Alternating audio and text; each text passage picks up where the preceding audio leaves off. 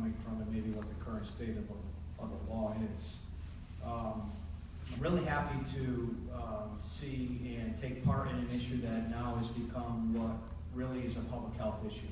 After both doctors spoke, I think there's no doubt through the empirical data and through their own research and what we really know is that this is a public health issue. It's not a revenue issue.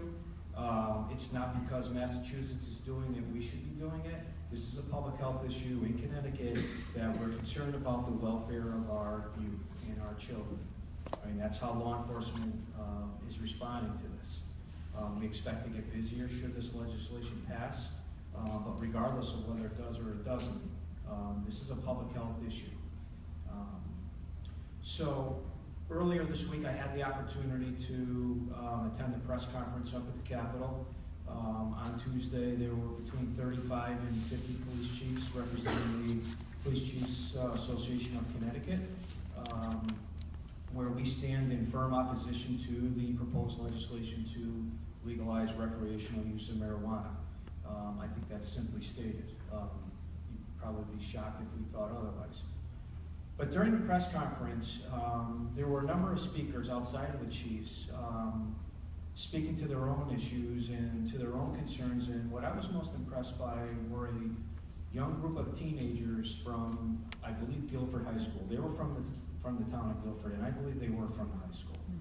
And what really impressed me or caught my attention the most was the comments of a very young girl there. She might have been 13 or 14.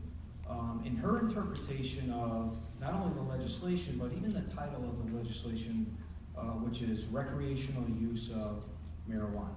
We're not talking about medical use, recreational use.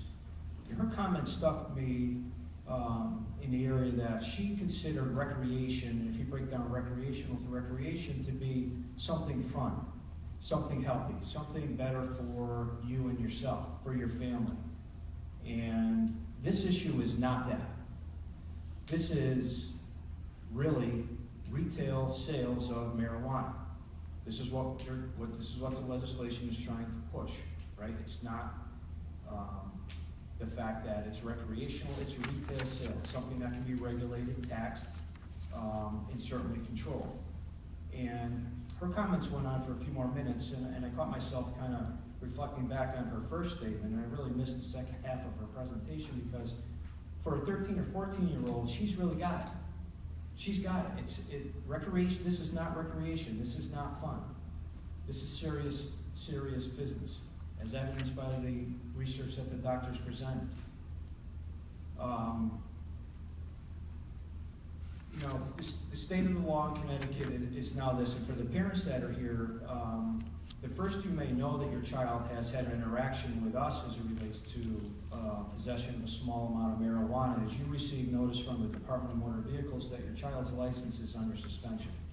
And whether your child was driving or not, for the first offense of possession of marijuana, simple possession, whether they were driving or not, one of the penalties is that your license is automatically suspended for 60 days. We get a number of calls from parents who are now finding out that their 17-year-old was given an infraction by us for simple possession of marijuana. It's a payable fine. It's not an arrestable offense. Right now it's a $150 fine. And the operators really let go if they're operating a car, if they're not impaired, they're let go at the roadside with an infraction. Our canine is finding a lot of small amounts of marijuana in motor vehicles. He's been very good at that. Our numbers are through the roof.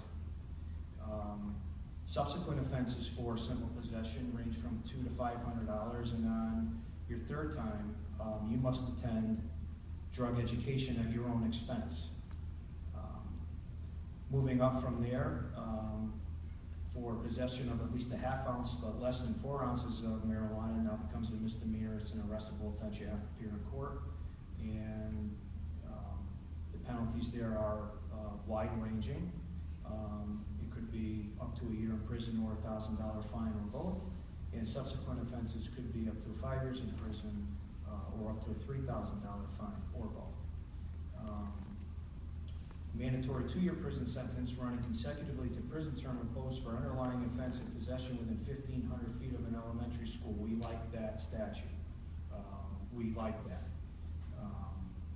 Or within 1,500 feet of a licensed daycare, right? Where our youth gather, where we want our youth to be safe, where we expect our youth to be free of these issues, right? And then when you get into possession of at least 4 ounces or more of marijuana, it now becomes a felony, right? So in 2011, we can say that simple possession of marijuana was decriminalized, which means that we really are trying to not flood the court with arrests for simple possession, but we are still issuing the same amount of infractions, right? The volume hasn't gone down. I can tell you that through a more concerted effort on behalf of the police department, our numbers are actually through the roof. We are very proactive in this area. We need to be, certainly we should be, and we take it very seriously. There are a lot of studies that will argue one way or the other whether marijuana is a gateway drug to something more serious. We don't pretend to be experts in the medical field, but we feel that certainly it's not good. And anything that we can do, even if there's small amounts of marijuana or other legal narcotics, anything we take off the street is just that much more that's not being consumed. We're very closely following what's going on out in Colorado. We're getting a lot of our data from the studies that both the doctors mentioned and that Representative Fishbein mentioned as well. And I think really, if I were asked, and I haven't been asked, we need to just take our time and very carefully watch some of this data that's now going to flow out of these states as it relates to, well, there's not anything up there now, but this issue of the health of our youth, right? There were a lot of concerns with homelessness and panhandling in some states. I know that we listened to a chief from Colorado who spoke of a lot of the difficulties that really never make it onto a report or onto a crime stat about some of the issues that Colorado was having. His homelessness in his community went up over 150% from people moving in from out of state to take up residency there because marijuana for the recreational use is legal. And that's a strain on resources. Whether that would occur in Connecticut or not, certainly we don't know. But just from everything that we've heard this evening, I can't think of any reason that's even remotely good for this to be considered. There's too much at stake here. All of this data shows that. We are bound, all of us, police department, coalition, the mayor's office, youth and social services, certainly our health department, into ensuring that our community is as safe as we can make it for our youth. Some of the attractive packaging on some of the edibles that a couple of the slides showed is very, very attractive to young children. As the doctor mentioned, smoking marijuana and then stopping can cease the intoxication level at that point. But certainly after the ingestion of something, that intoxication may not peak till several hours later, which then the user certainly can't control. We know that the percentage of THC is much higher now than it's ever been, which just leads us to a lot of concern. There is no way currently for law enforcement at the roadside to check the level of intoxication by someone who has ingested marijuana. That's a big concern for us.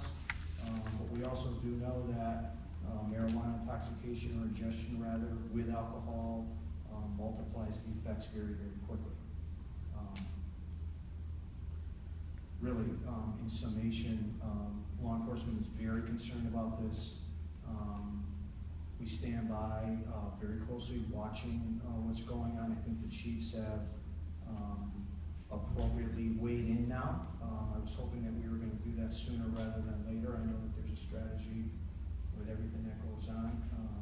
And finally, we've come to the table, right? So it's important, I think, for us to get our voice heard and stand alongside those who are also in disagreement of this legislation. So with everything that we know, all that empirical data, our own knowledge,